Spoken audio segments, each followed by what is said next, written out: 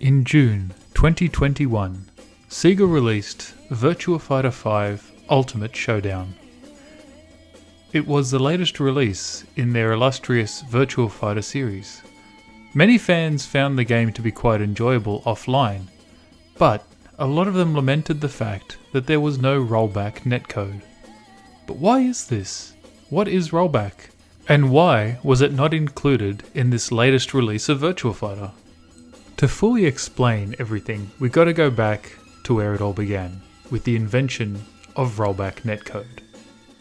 Not many people realise that Rollback Netcode was actually invented way back in 1996.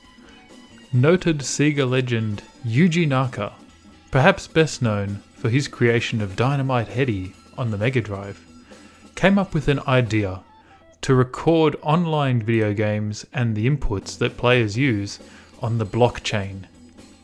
The blockchain, according to Wikipedia, is a growing list of records called blocks that are linked together using cryptography. Each block contains a cryptographic hash of the previous block, a timestamp, and transaction data.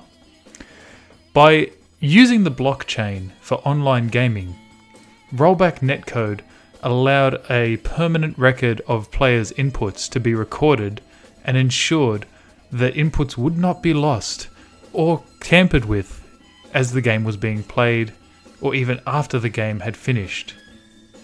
This new form of online netcode was a revelation, and it would change the way games are played online forever.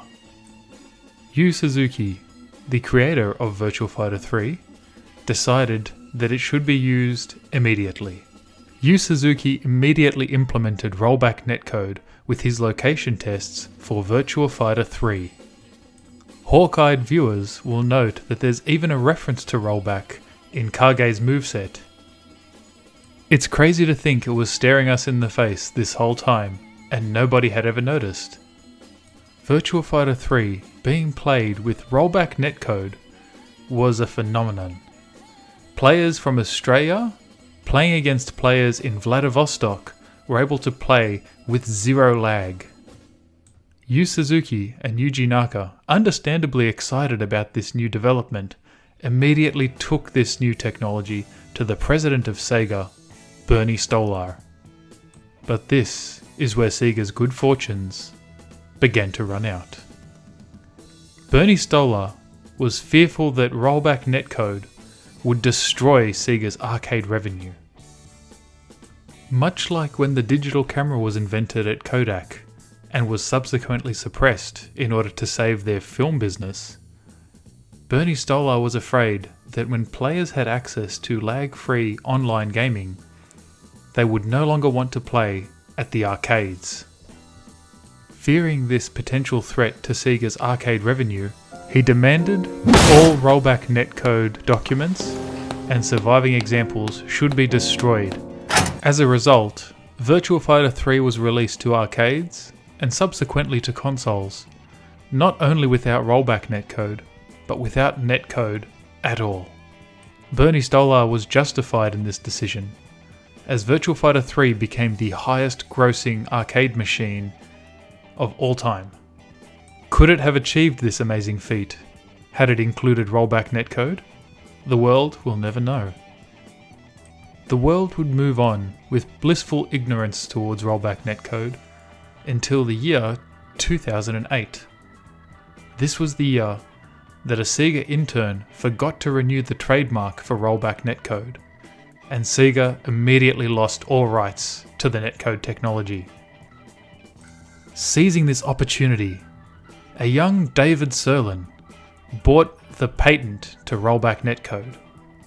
David Sirlin had already made headlines a few years prior when he had purchased the Street Fighter IP from Yoshihiro Ono, and Sirlin immediately implemented this Rollback Netcode into his Street Fighter spin-off, Battle Fantasia. But where did this leave Sega? Sega now had no ownership over Rollback technology, and while they could license it and use it for their upcoming games, they decided not to. But why was this? The answer may surprise you. The head of Sega's Ryugugukukukutuku series, Toshihiro Noguchi decided that Sega must once again become a leader in the netcode race. It was this decision and this drive that drove him to invent a new type of netcode, Absorb Netcode. The ultimate goal of Absorb Netcode was to ensure that only certain regions would have decent online, and that even then, it would be greatly inferior to playing offline. With this type of netcode, Sega could ensure that players would only be able to enjoy the game offline at the arcades and at officially sanctioned Sega events. This decision was not taken lightly, but was backed up by a lot of research by Sega's R&D department. They quickly realized that fighting games that included Rollback Netcode consistently underperformed compared to games that didn't. Take a look, for example, at the game Garou: Mark of the Wolves, or Samurai Showdown 5 Special, both games that included Rollback Netcode at great expense to the publisher. Their daily player numbers are far lower than that of the new game Virtua Fighter 5 Ultimate Showdown, which included Absorb Netcode.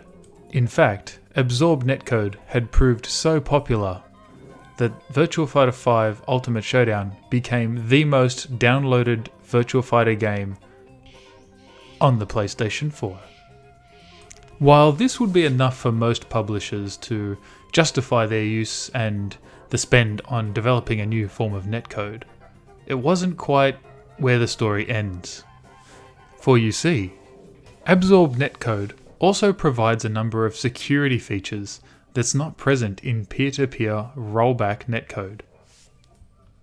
Over a standard Rollback Netcode connecting peer-to-peer with another player, you have very little protection and immediate lag-free interface for your inputs and theirs. It's not a stretch to imagine that a powerful computer virus could latch onto this Rollback Netcode via your inputs and transmit directly to your opponent, or vice versa. If both players are not using a HDMI cable that has virus protection, the results could be disastrous. This is where Absorb Netcode comes in to save the day. You see, when two players connect to each other via Absorb Netcode, they must do so by first connecting to a Sega server, acting as a middleman. This Sega server is also in turn connected to a powerful VPN to protect not only Sega servers, but both players from this virus. In a recent survey, it was found that 99.5% of all PlayStation 4 owners are using Wi-Fi rather than a wired network. Knowing how vulnerable that Wi-Fi networks can be, it is doubly important that this security is provided for them. Determined not to repeat the mistakes of the past, current Sega CEO Hiroshi Tanahashi has patented Absorb Netcode and encouraged all developers working at Sega to include this for their upcoming games, including Yakuza 8, Company of Heroes 3, and even Sonic Frontiers, despite the fact that Sonic Frontiers does not have any online connectivity whatsoever. Hopefully this video has helped explain why Sega has not opted to use Rollback Netcode in their latest fighting game, and why they may never use Rollback Netcode again. Likewise, I hope you now understand the importance of using Absorb Netcode and not reverting to Rollback Netcode. Will other developers follow suit? We can only hope. Please join me in signing a petition with the link in the description to encourage all fighting game developers to no longer use Rollback Netcode and instead move either to delay-based netcode or absorb-based. Together, we can make a difference. I truly hope that you've enjoyed this video, and if you did enjoy it, please leave a thumbs up, subscribe, and please leave a comment below telling me why you enjoyed this video. I extend a very heartfelt thank you, and see you next time.